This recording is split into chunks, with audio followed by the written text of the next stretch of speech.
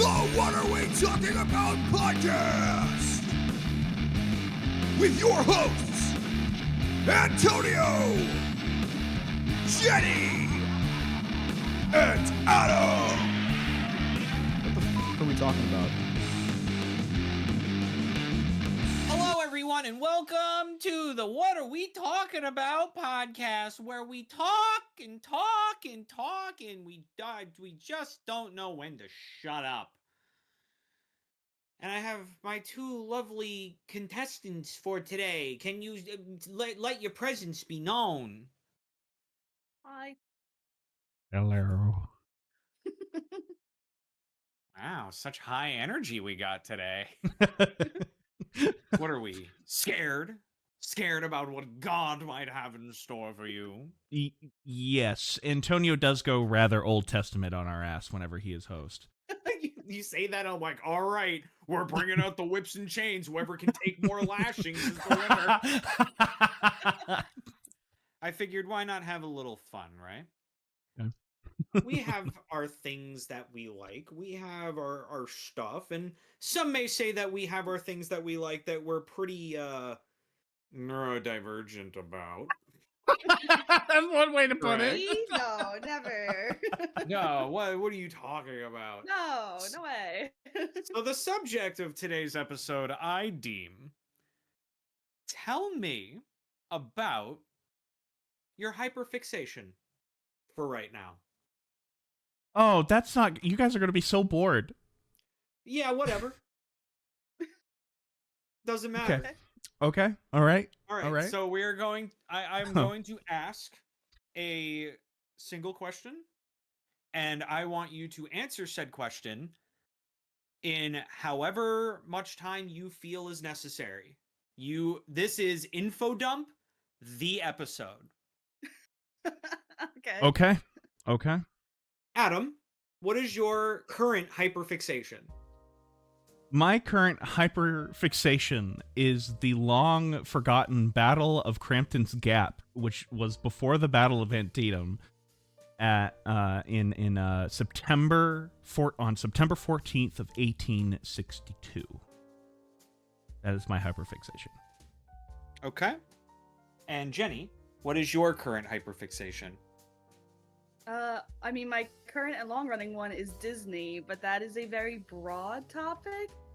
So I will narrow it down and say that the one aspect of Disney that I'm like currently hyperfixating on, it's the Percy Jackson show on Disney Plus that I am obsessed with currently. Okay. First things first. These are very us.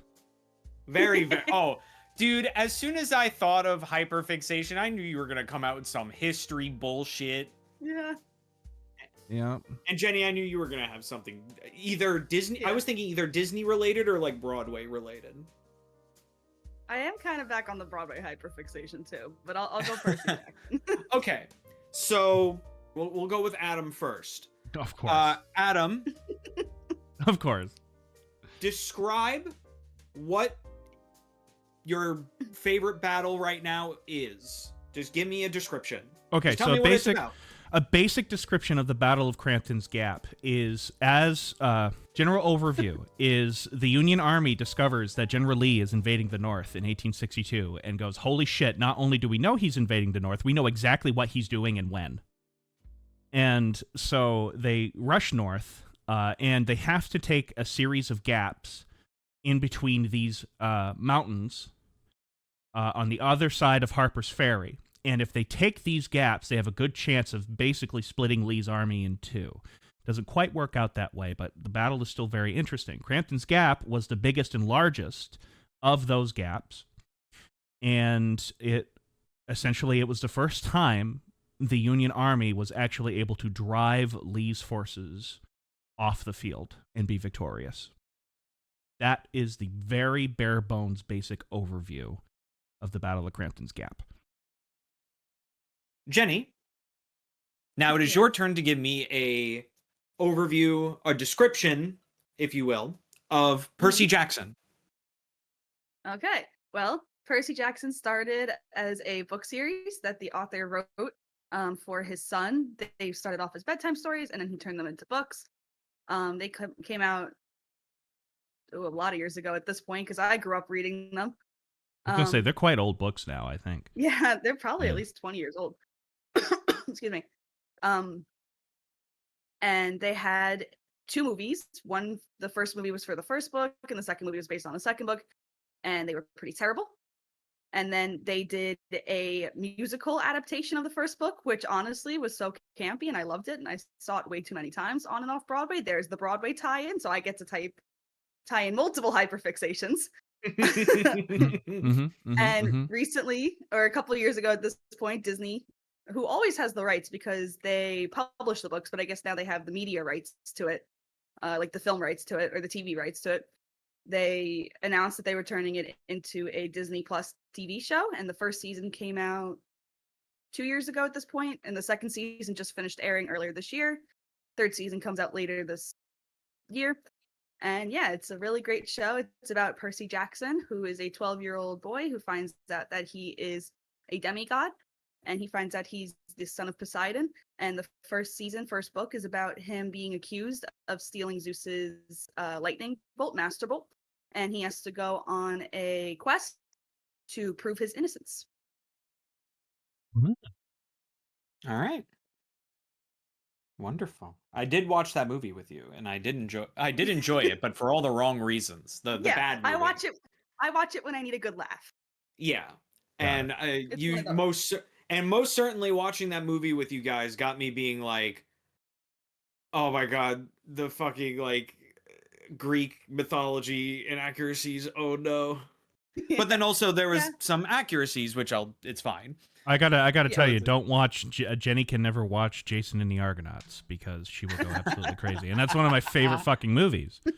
So, nor can she watch Clash of the Titans because for some reason they think the Kraken is a Greek mythology in that, and for some reason Poseidon's son, and it's still awesome. I don't care. It's still fucking awesome. Okay. If you have fun with it, that's what counts. Oh yeah, absolutely. Jenny, we should do it. We should watch if you're into that stuff. Yeah! We should have a double feature of Jason and the Argonauts and Clash of the Titans. That would be an awesome double feature. Let's do it. Am I invited? No. Oh.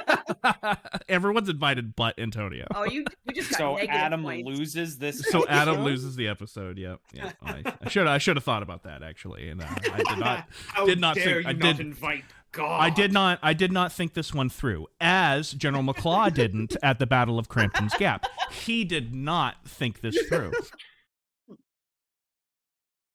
So now the question that I'm going to pose to the both of you, and I don't know, fight to the death over who gets to answer first. So what is it about this certain topic that has you so interested? And you can get as nitty gritty as you want with this, like details or anything like that. Just what is it about this that really like you're just obsessed with? I could go first if you want. Time out. Sure. What a fight to the death. We're civil. Yeah. We're Wow. civil. This is It got nasty there for a second. I'm glad we were able to pull I through couldn't that. believe it. Yeah, I'm glad we came out of the other side just fine. Yeah. A few. I thought I was gonna die. Excuse me. So definitely, I will fully say that the nostalgia glasses are on for Percy Jackson. Like I said, I grew up reading the books. But that's the fun part is now, since the author, Rick Riordan, is so heavily involved in writing the scripts for the show, he gets to update the books from 20 years ago. And, the questions that the fans have had throughout the years, like, wait a minute, that doesn't really make sense, or that doesn't really click with that. He's able to go in and fix some of the plot holes or just update it to reflect current times better and kind of just give it another shot at writing such a beloved series, beloved characters. He gets to, Percy Jackson was his first ever book series that he ever wrote, and then he's written so many books since then. He's just come a long way as an author and as a writer and as a storyteller, and now getting to be able to take all that he's learned and put it into not redoing, but updating his first ever series, it's really cool to see what changes he makes. For example, there's a huge plot point at the end of season 2 that affects the rest of the series. And I won't spoil it. I won't do spoilers because we're going to all watch it after this. There's a huge plot point where I don't want to spoil it, but it's a huge plot point. And it's something that happens in the past. And so it's a story that gets told. And it's like her bravery and her honor is what protects camp. And everyone thinks that she made like this big heroic sacrifice. And then it's revealed that it's not really what happened. And it wasn't this heroic sacrifice. It was something else. And it totally changes the trajectory for the rest of the story moving forward. And it is a huge character change. So to see that, it's still, yeah, I know where the story beats are going as a Percy Jackson fan who's reread the books multiple times. But how we're getting to those plot points is changing, and it's so cool. I still don't know what's going to happen. I do, but I don't. And I love that. That it's keeping me on my toes, on my, I like that. Plus, the actors are just phenomenal in it. It looks really great. The storytelling is phenomenal, like I just said. It's just a really well-made show. Yeah. All right. So basically, like, the thing that you appreciate about it is that it's like it's taking something from like your childhood or something that, or I don't know how long you've been reading the books, but something from your childhood, and it's like it's updating it so it's like it's familiar, but they're like still like it's still like new to you because they're making those updates. Exactly. That's interesting because I feel like with like a lot of like fandoms and stuff like that, it's like if you tweak anything or change anything about the property, even if it's an adaptation, it's like you get all these people getting fucking pissed off and they're like, why do they change these things? It's like, oh yeah, there's definitely, we call them book purists in the fandom, but I'm over it. Like in the book, Percy's supposed to have jet black hair. In the show, the kid playing him is beachy blonde hair, beachy blonde. Oh man, I really should have chosen Heated Rivalry for my. It makes way more sense for a son of Poseidon, the sea god, to have beachy blonde curly hair. Like it fits. And plus it's appearances. I don't mind the physical stuff. Well, actually, they would be Greek. So if they were Greek, chances are they would have black hair and very dark colored skin. Well, yes. But if we're going Jenny. based on, God's personality and what they're the gods of, they're also living in New York City. It literally takes place on Long Island. This is true. This is true. This is true. This is very true. Olympus has moved to the Empire State Building. It is Western at this point. Hell yeah, you've sold me just with that sentence. It is Western civilization at this point. Your turn now, Adam. Okay. What is it about this? What is the battle called? I'm very sorry. The Battle of Crampton's Gap. I would also like to Crampton's Gap. I would like to preface this as saying I am currently writing a huge ass documentary about it, and not only am I working with other historians who are going to be interviewed about the subject, I'm also working with the American Battlefield Trust to kind of help promote the battle because they're now restoring the battlefield itself. And I would also like to note that using that stupid game War of Rights, we are going to kind of reenact it, and I'm going to film it, direct it, and everything like that. We have a total, as of right now, it looks like about 300 people attending. And I am so amazed that I'm going to have that many people partaking in this sort of niche reenactment. But the thing that really fascinated me about that is a bit, personal, because I was Captain Adam of Company B of the 4th New Jersey Volunteer Regiment in that game, War of Rights. And, I was in charge of a decent number of people, and I would lead them into battles in the game and stuff like that. We tried to be as historically accurate as possible. And the Battle of Crampton's Gap is a very big milestone for the 4th New Jersey Regiment. And a couple of other people, I even had them on very recently on my show, a couple of guys who were, just kind of large aficionados from the 4th New Jersey came on. I talked to them, I interviewed them, and they talked in depth about the Battle of Crampton's Gap. And there were two things that really fascinated me about this battle. One is it is nearly completely forgotten, even though it was the first time the Union actually were able to defeat Lee in a major way. And that is largely because of the battles that were happening around it at the literal same exact time. Predominantly the Battle of South Mountain, which is a battle where two future presidents got their baptism by fire in that battle, just to kind of say what was going on there. And it overshadows Crampton's Gap. But the other story has to do with the 4th New Jersey. And the 4th New Jersey, what happened was they basically...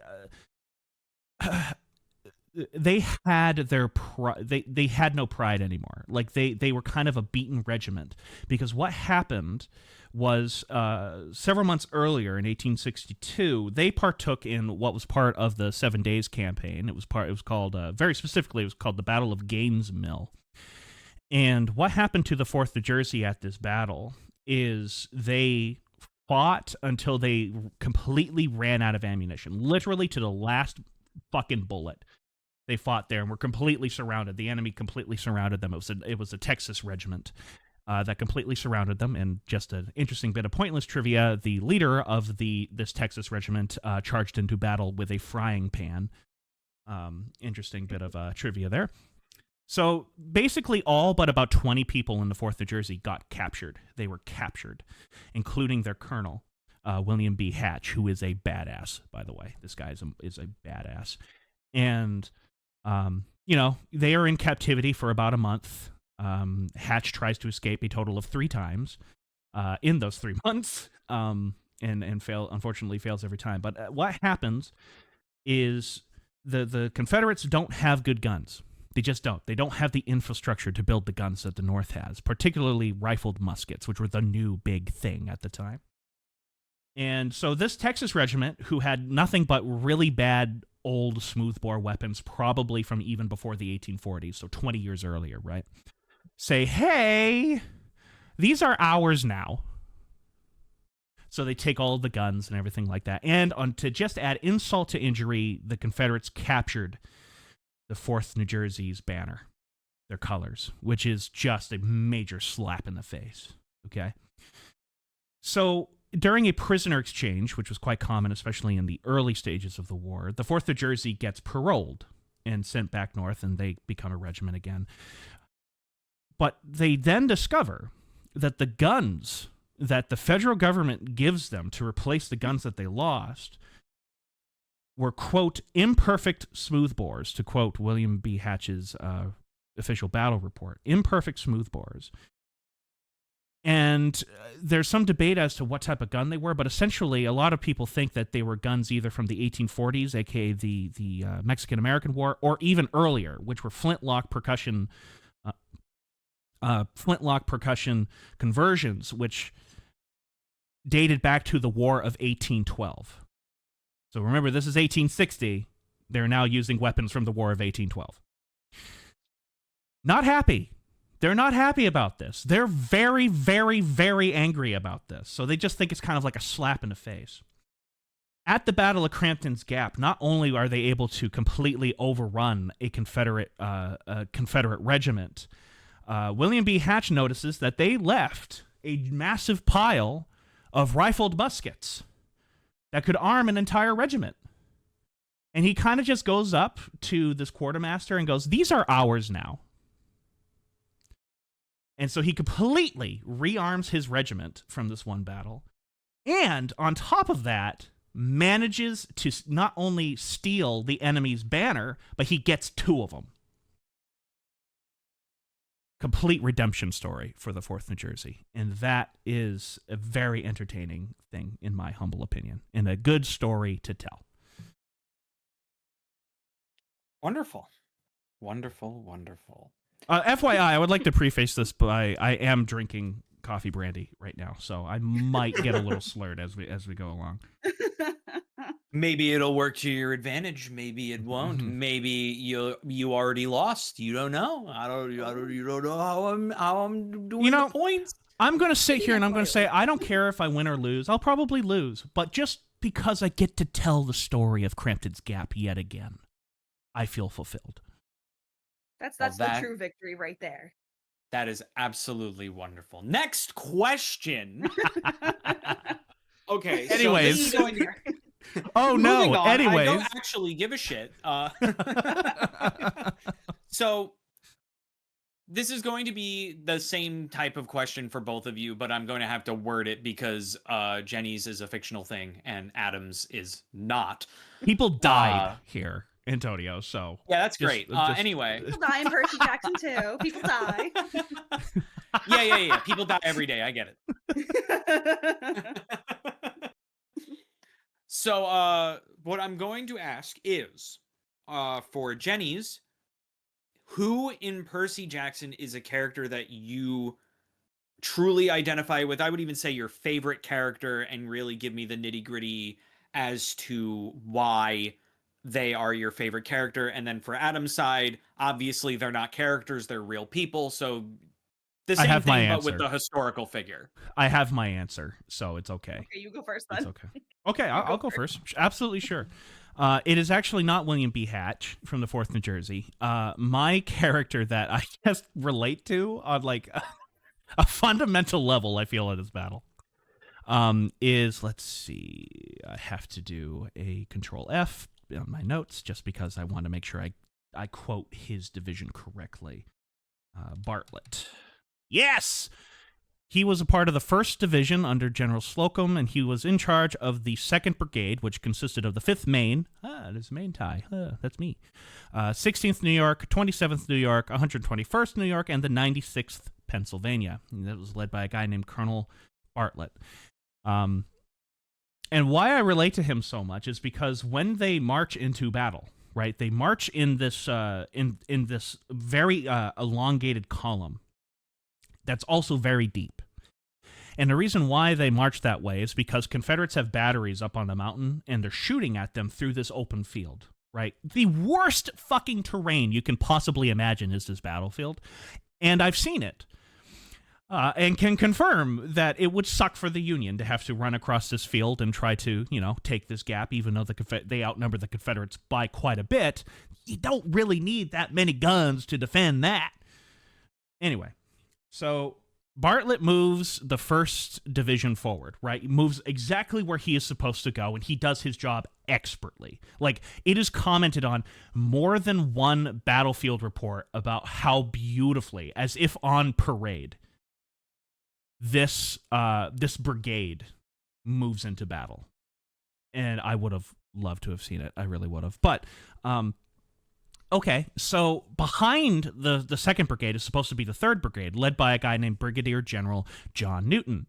So they get in position, right? And they're about 400 yards away from the Confederates at this point. And they're just put volley after volley into each other, and it's a slog, and artillery's raining down upon them. Solid shots ripping through the lines. You hear screaming. There's the smell of death and black powder muskets all around you. And he's like, okay, our guy John Newton's coming up behind us, right? So yeah, we'll be here, and we'll be able to push these Rebs right out of that stone wall that they're hiding behind. He looks behind him. They haven't moved. They haven't moved. They haven't moved an inch. So essentially, Bartlett's all by himself with his brigade, getting torn to fucking shreds, and Newton hasn't moved an inch. He's about 1,000 yards behind him. And to add insult to kind of injury in this particular case, that detail appears to have been covered up in most of the battlefield reports about Crampton's Gap, because Bartlett is the only one to mention it. And it is quite clear by reading his report, he's pissed. He is absolutely pissed by the fact that he's been left all by himself behind this really tiny, tiny stone wall and getting basically torn to pieces. And they're shooting so much that his men are actually starting to run out of ammo. Only then does Newton say, I guess I should come up. And the reason why I word it like that is because we don't really know what happened. Why he didn't move forward, we don't really know. Some people have a theory that it was actually the division commander who was kind of pussyfooting around, and that's why Newton didn't go forward, because we have plenty of records from, let's see, from where are you, Newton? Yes. Forgive me about this. Yeah, so we have records from the 95th Pennsylvania, the 31st Pennsylvania, and the 32nd New York saying how frustrated the colonels of these regiments were that they weren't moving. And I kind of have a theory that it was just because their divisional commander, not the brigade commander, their divisional commander just wasn't doing his job properly. But anyways, eventually they move forward. All is well. They eventually win the battle. I just found that very, very relatable. Because we always get left out in the middle of nowhere in War of Rights, and we're left to, go along with the plan, and we go forward with the plan, and then nobody else follows through with the plan. Very relatable. You could, by the way, if you read Bartlett's report and he gets to that part, you can practically feel the anger in his report. It's actually really funny to read. Jenny? So, remind me, is it character you relate to or like your favorite character? If those are two different characters, you can go into both. Okay. I mean,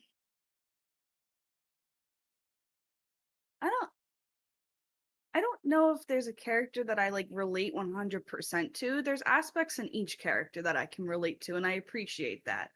In the books, Annabeth is a blonde girl, and but she's the daughter of Athena, and which is the goddess of wisdom. And so she challenges the dumb blonde joke that was popular 20 years ago, which I got quite a few times, in school, that you were the dumb blonde. Meanwhile, my GPA was higher than everyone's that were calling me that. So it was nice to see a smart blonde character for once. Especially that she was so smart that she taken up the interest in architecture, and that's what she wanted to be when she got older, was an architect. And especially when you take it a step further, she wanted to be an architect because she was tired of things in her life changing. So she wanted to build something sturdy and unmoving and permanent that she could rely on, because so much in her life kept changing. And I don't know if I 100% relate to that, but I really appreciate that and love that about her character, and she is my favorite character. I love her reasoning behind it. And also in Percy Jackson, each character has something called a fatal flaw, which is... That's very Greek. It's what it sounds like, it's something that could possibly drive them to their death that they stand by. And hers is hubris, that she thinks she could do things better than the gods, and so she thinks she can rebuild Olympus in her own vision, and she can do it better, and it'll be correct in her vision and permanent and standing. And do I have that? Maybe a little bit. I don't know, outing myself here, but it's something that, everyone kind of looks to that and says, yeah, I could do that better. I could do that. And I get that. So I relate to that. But then there's also aspects of Percy Jackson. His fatal flaw is loyalty. He will go beyond for his friends. And if you hurt his friend, it's over. And I also relate to that because I'm also, very protective of my friends. And so I relate to different aspects of each character. I don't think there's one specific character that I look at that and go, that's 100% me. There's different aspects, so it's nice to be able to see yourself in many characters and be able to put yourself in their shoes and all these different scenes and see their point of views. Especially with Annabeth, there's, without spoilers, there's a character that she is very attached to that they don't always see eye to eye on, but they have clearly there's a past there that they've grown up together and have relied on each other, and they consider each other family. And so when they start going their different ways, she thinks she can save him. And even though she's supposed to be that her head is stronger than her heart because she's the daughter of Athena, and that it'll always be wisdom before heart, she's letting her heart win in that aspect, that she wants to be able to save her brother and bring him back and make him see the correct, her correct point of view and save him. And I just really find that character so interesting, that she's supposed to be, brains first, but here she's letting her heart win, and that's her fatal flaw, is that she is not going by her wisdom because of her hubris. She thinks that she could save him, if that makes sense in a long roundabout way. I can relate to the whole fatal flaw thing, because Achilles' fatal flaw was that he was gonna end up having to fight, I believe, Percy or something like that, and he could no longer fuck his bottom bitch of a boyfriend, and I can relate to that severely. Yeah, I really don't like going out there and having to fight that. Well, I also just think the fatal flaws are so interesting too. And that's another thing I like that the show is doing, to wrap it back to the show specifically. The books mention the fatal flaws, but don't really go into it. In the show, they tell you this is what a fatal flaw is, and then they show it. They put it to the test. They use it as plot devices beyond belief, and it works so well. And I love it, because no one wants a perfect Mary Sue character where they could do no wrong. Here's the fatal flaw, where now the characters have to make tough choices, and this is because of their morals and their fatal flaws. It may not be the right decision, but it's what they're going to do because of what they stand by. So I just think the fatal flaws are super interesting writing tools, dynamics, whatever the right word is. That makes sense. Makes total sense. Now that we've talked about what it means to you and your favorite aspects and favorite characters of all of it, I want the both of you to now get into the real nitty-gritty of it all.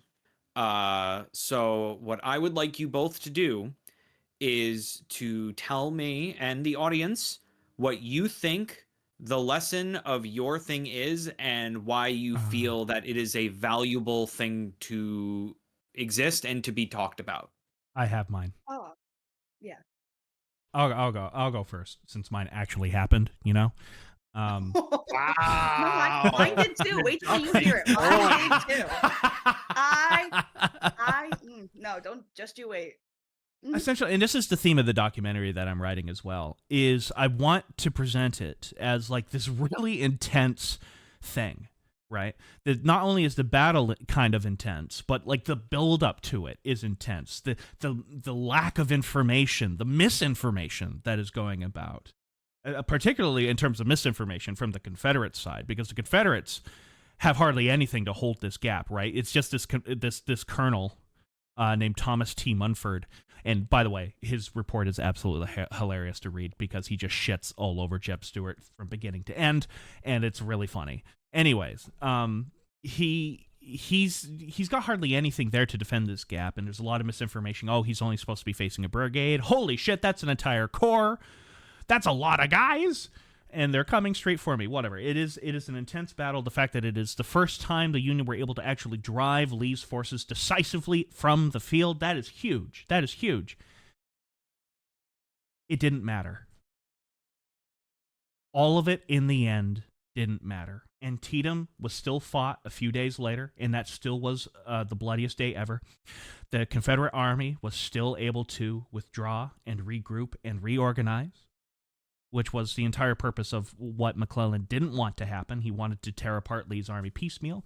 That's one of the things Lee was extremely good at, is he was very good at taking his smaller army, tearing it apart, and having them split off and go into different directions, and then having them link up somewhere else. And that's precisely what happens here.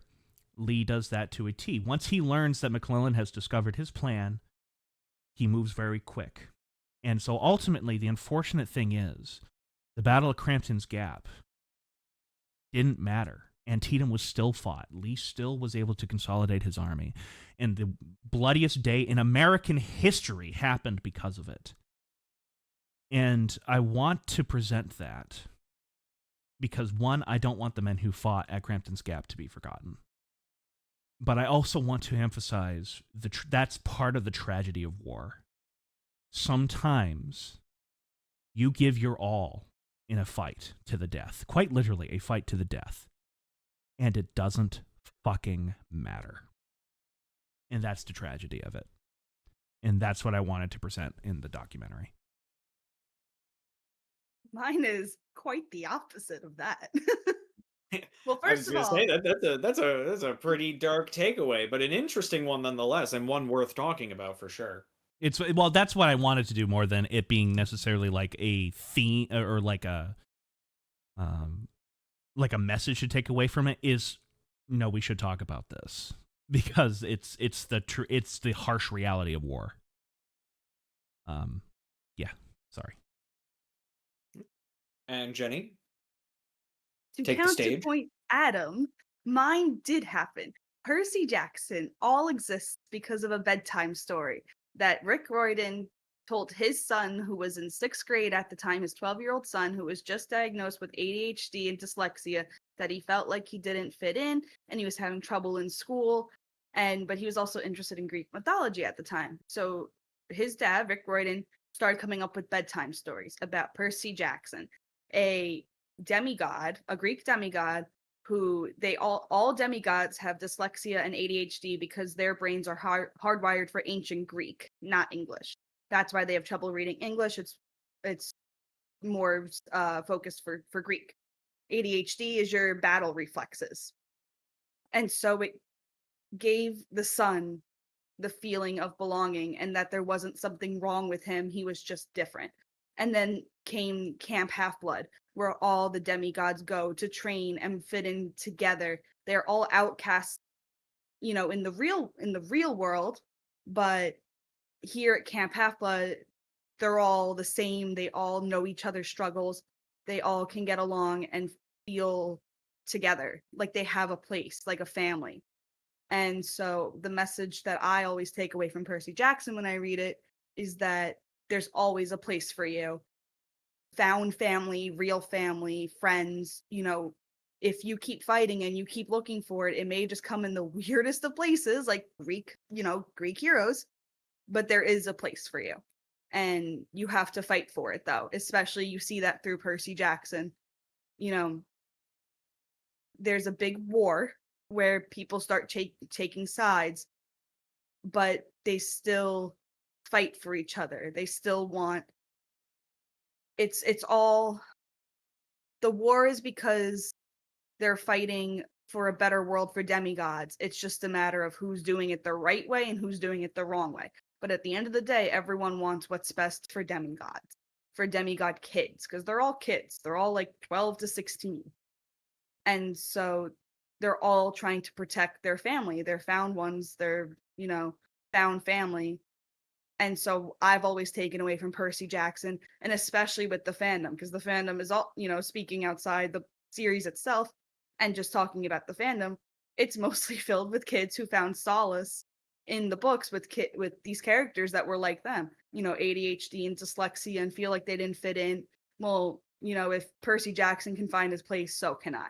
So the message I always took away from it was fighting for like found family and a place to fit in. All right. I would like to counter that for a second. Okay. My thing still actually happened. Your actual story, in terms of Percy Jackson itself, didn't happen. Yes, Percy Jackson adventures were made up. I just want to make sure that we're on the same, we're talking the same thing here. Despite that being to give a real kid solace and despite that being an adorable story. Despite that being a completely adorable story, that is a wonderful story, and I think a lot of the best stories, particularly stuff made for YA books or young adult stories, come from that level of, hey, I knew somebody, I kind of told them a story, then I fleshed it out more. There's several of them like that. I don't know if you guys ever remember it. I mean, this is not young adult, but this is a little bit smaller. This is when more children. But do you guys remember a book series? And it's about these two kids that like are in a treehouse and they travel through time. Oh yeah. Yeah. That was started because of that kind of thing, where I think love those books. I think the author's kid or something like that had a hard time with history. And then That sounds you right. know, Yeah. yeah. That was one of my favorite things to read when I was a little boy. Was Yeah, that? I definitely read a lot of those too. Yeah. Also taught me how to say pterodactyl. Just gonna put it out there right now. That is the book series that taught me how to say pterodactyl. All right, so we have about 15 or so minutes left before the end of the episode. So I'm going to say that this is going to be the final question before I tally up all of your points that I've been secretly, keeping track of. So the final question is, all right, I'm a dumb little booby baby boy. That's just a fact.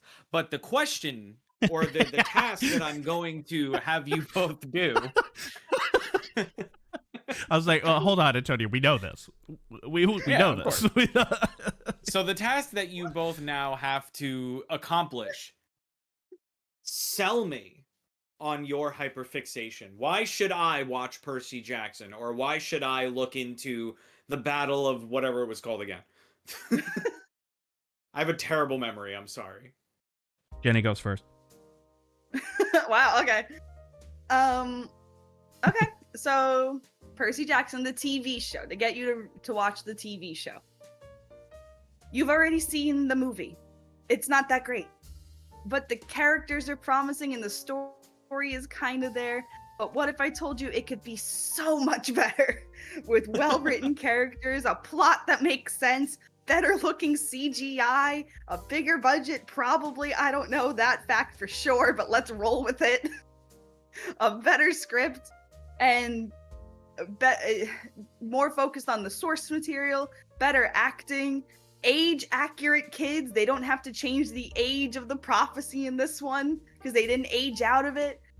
A better fantasy. I know you like fantasy and action. You know, the monsters are more fun to look at. The action battles are awesome. The story will keep you coming back for more.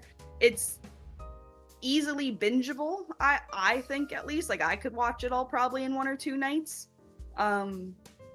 And you're just gonna keep coming back for more. At the end of the 8 episodes each season only gets, you're gonna be like, damn, I wish there was more. And then I'm gonna be like, guess what? There is more. 3rd season coming this December, and 3rd season is where it gets way darker. There's character deaths, main character deaths that really linger. There's gonna be PTSD from it.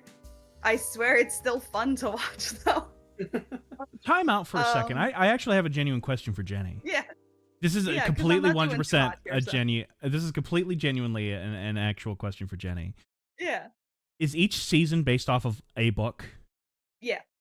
So each season is one book in the Percy Jackson series? Okay, And there's cool. 5 I'm glad in they're the doing it that way. Cool.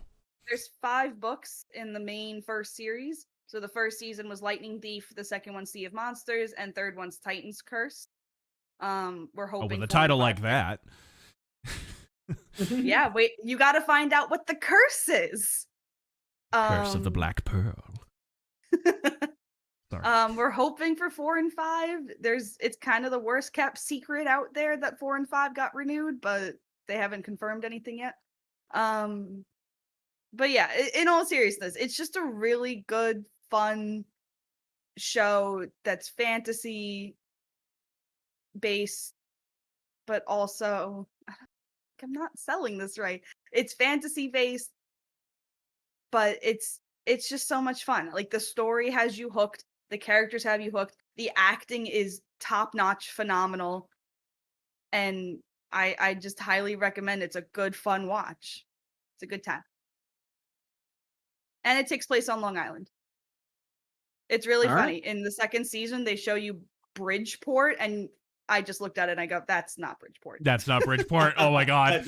No, it's Jenny, not. Jenny, I legit fucking had that. This is, again, such an Adam thing, but I had that with the movie The Last of the Mohicans. One of the greatest fucking films of all time. Takes place in Vermont, shot in Georgia. That's not Vermont. So they shoot Percy Jackson up in Canada, Vancouver, and it's clear as day. First of all, the set is clearly where they shot that old Disney show Once Upon a Time. It is the same set. I the love same it. town. Or like it's the same forest or the same dock or something. It's clearly that. Yeah. And then there's like a big sign over a dock because they're docking a boat, obviously, like a yacht. It's supposed to be a cruise ship that they're docking, and they dock the cruise ship in Bridgeport, Long Island, and I'm like, first of all, you can never fit a cruise ship like that in Bridgeport. Secondly, not in where's the Bridgeport. ferry? Where's the crosstown ferry? Yep. I'm like, that's not Bridgeport. Can I tell you a really funny story really quick, and then Adam can go? Go ahead. So sometimes I go on Twitter because I hate Twitter, but I'll go on to get like Percy Jackson fixes just to see what other people are talking about. And so I guess people who don't know Long Island were trying to figure out, because Percy's mom is in Montauk, and then she's like, I'll come pick you up in Port Jeff, or I'll come pick you up. And so people were posting map quests because they were trying to figure out how long it would take for her to get from Montauk to like, Port Jeff. But That's people like were almost just like 2 hours. Yeah. people were just typing in Montauk to Long Island. Like Long Island was the destination. Oh no. And I'm like, and so it's just in the middle of the island, like the dot. And I'm like, I have to jump in here. Like, this is I don't talk on Twitter at all. Like, my Twitter is inactive, but I feel the need to tell you that Long Island is the whole island there, it's honey. the whole fucking thing you're looking it's the at. whole thing. This So sounds like a finally I video. it was so, I literally showed my phone to Matt and I go, Matt, I like, what, are people this stupid? Yeah. Yeah. It's a long island. They even show you in the show, it says Port Jefferson. Like, but anyways, that's Lord. my funny tangent story. I'm so sorry to take away from final remarks. Adam, your pitch? Now, you see, here's the thing. I need to know my audience. You two are not it. At all. Okay. Not even remotely are you guys interested in half of the shit that I talk about on my main channel. And there's nothing wrong with that, right? There's absolutely nothing wrong with that. So I will, in terms of me pitching it to you two, I will word it simply like this. My battle directly contributed to the ending of slavery in the United States. And that's a good thing. Yes. Can't argue on that one, I suppose. That's the pitch. That's the pitch to you two. If I were to pitch it to a historical audience, I would say, look, here's a battle that a lot of people don't really know anything about. In fact, you go onto the Antietam website and they actually don't really mention too much about it. And yet it is necessary. It is part of the Maryland campaign. Let's sit back and let's try to learn about this. Also, you've got some funny stories mixed in here of, you know, a regiment regaining its rifles or kind of regaining its manhood after being neutered during the Battle of Gainesville.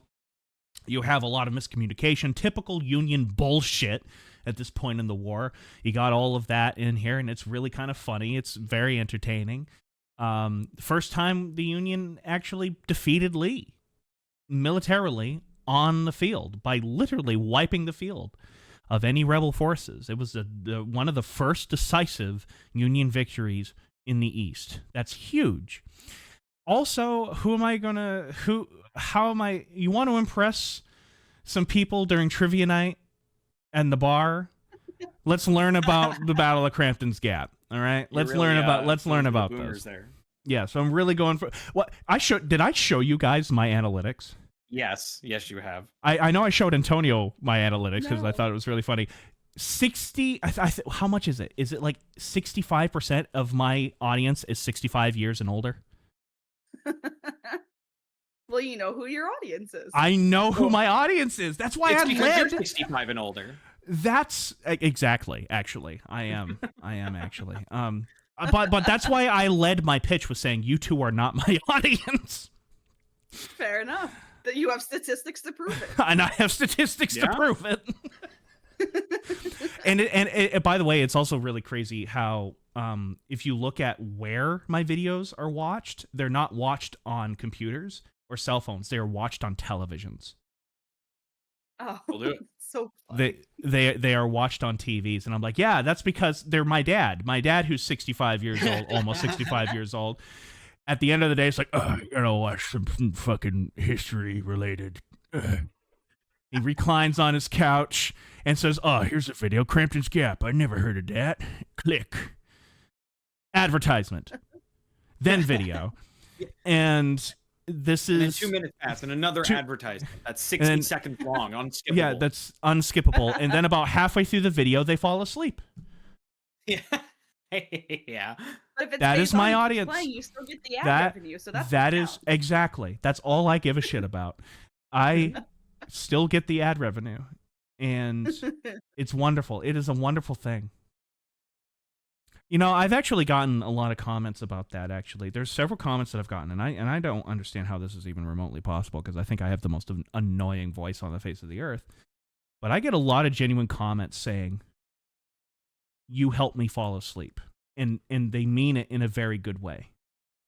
Mhm. They say your stuff is relaxing, and I'm like, You know that's what's awesome. Crazy? You know what's crazy, especially for who I am? I get the same stuff. I get the same comments too. I love getting those comments. I really do. You I'm guys should glad do I can the actually help ASMR somebody. videos. Yeah. You should do like ASMR videos to put people to sleep. I might be doing that on a different channel, but I'm not going to tell you what channel or what's happening on that channel. I'm going to leave it a mystery. But anyways, here we go. Money. I need mysteries. money. I need money. All right, and this is an easy way to get money. Let's go. Expanding my company, if you will. So before I tally up your points, was that it for your pitch, Adam? That's pretty much it for my pitch. All right. Give me a couple of minutes to tally up your points. This is going to take me a little bit. So, I don't know, vamp or something. I don't give a shit. Oh, okay. Well, I could tell you one of the crazy things, not like too crazy that I did for my hyperfixation, but I found out at Disney World at one of the parks, they were giving out randomly a Percy Jackson pin, like just free for anyone going into the park. And I have also gotten into Disney pin trading recently. So I have pins up on my wall, huge pin collections. And I was like, well, I need that, but I'm not going to Disney anytime soon, unfortunately. So I went on Macari and bought one for $33. They were free for people walking into the park, but I paid $33 plus shipping and handling for this pin. It came out to about $40. But it's worth it, and it's hanging up on my bedroom wall. And I'm proud of it. Probably. I have also got to admit to you, Jenny, that I'm a little bit into Greek mythology right now. Oh, look at that. Because I just got done reading Madeline Miller's novel, The Song of Achilles. Okay. Which is takes the idea of Achilles, Mm-hmm. and what was the guy's? I can't believe I can't even remember the name. There's Achilles. Oh. Achilles' boyfriend. Yeah, I don't know like on the name. Patroclus? Yeah. Yeah. And I said, fuck it, I'm gonna read it. And I read it. And it was one of my favorite examples of historical fiction I could think of. It was very well done. There's a guy also on really- TikTok. Oh yeah, Oh. go ahead. I was gonna say, this is the last thing I'll say about it. I really like the guy who turned the Odyssey into what is essentially a musical or a rock opera. I was just gonna say the guy on TikTok, Jorge, who wrote okay. Epic. Okay. That's what I was gonna say. I love I love that. Unfortunately, I think it peaks early because I think I'm Just a Man is my favorite song in the whole thing. Yeah, it's so good. Yeah, well, I The think the writing, story of yeah. the Odyssey is just the first act of the Odyssey is really strong. I think the first and final act of the Odyssey are really strong. The stuff in the middle, I think, kind of meanders Yeah. a little bit. And I think the musical kind of copies that structure a bit. Yeah. I also can't believe that we know of the Iliad, which is, the Wrath of Achilles, and we got the Odyssey, but the actual story of the Trojan War, we don't have the epic. The epic is gone. We actually don't have it. And the only reason why we know that this third lost epic existed is actually because of Roman literature referencing it within their stories. That's the only reason why we know it exists, or it existed. Because we all know, as you should know, I have the results. Adam, you are the father. No. I'm the father. Yeah, congratulations. No. So It's Bottles' son. It's your two kids. yeah. He is the little boy. baby's yours. Yeah. And now we have the littlest boy. Mm-hmm. The littlest baby. The littlest, That's the the- littlest. That's the series finale, is that we have a baby. we have a baby. I had us talk about our hyperfixations today, and I said that from the beginning, we have our hyperfixations to a neurodivergent degree, and one thing that I think comes with the territory of explaining your hyperfixations is info dumping. And, you know, basically telling as much as you can. And I don't think there should be any shame in that. You should be able to talk about the things that you like as much as you want and have no shame in it. So I timed you every time you talked about your hyperfixation. Oh, boy. I'm shocked. Adam, you talked about your hyperfixation for 16 minutes and 19 seconds. Jenny, you talked about your hyperfixation for 17 minutes and 52 seconds, which makes you the winner. Damn. Damn. Let me say, by yeah. the way, by question 2 and 3, I thought Adam had this in the bag. Yeah. I'm Because surprised. Adam, when I asked you the second question, you talked for almost 6 minutes, which is the longest segment out of all of them. And then the question I asked you right after that, you talked for 4 minutes and 44 seconds. You see, I ended up pulling a General Lee. General Lee lost the Civil War because General Lee won almost every battle he fought, by the way, right? Mhm. He won almost every battle. Kicked Union ass, even in 1864, when it was pretty much written in the bag that the Confederacy was going to lose. But he didn't play the long game. He was so hyper-fixated on the idea of a decisive victory that he lost sight of the important thing: attrition. I will say, the thing that pulled Jenny ahead, at least I would think, judging by the times, the thing that pulled Jenny ahead was her pitch. Yeah. Yeah, she did meander. Jenny pitched. Okay, I will have full disclosure. When I felt like it was kind of like meandering, or it was you know, it was talking about something a little bit more irrelevant, or when you guys were talking to each other, I stopped the timer. Jenny pitched Percy Jackson for 5 minutes and 18 seconds. I feel like I Adam, was at a severe disadvantage. What do with you mine. mean? No. A significant disadvantage with mine. Go on. Explain to me I generally unfair to you. I generally do. I'm Thank you, everybody, for joining us for What Are We Fucking Talking About? I talked about nothing. They talked about everything. Pimp out your stuff, everybody. Hi, I'm Jenny again. I have a YouTube channel called Magically Jenny that maybe or may not be getting uploads again soon. Who knows? Yay! I don't. That's my pitch. Ladies and gentlemen, all descriptions to my social media are in the description below, because this is my fucking channel, along with links to their stuff. Also available in the description, so make sure you go over there, hit the subscribe buttons, and all that mumbo jumbo. Oh my god, I am feeling the brandy. And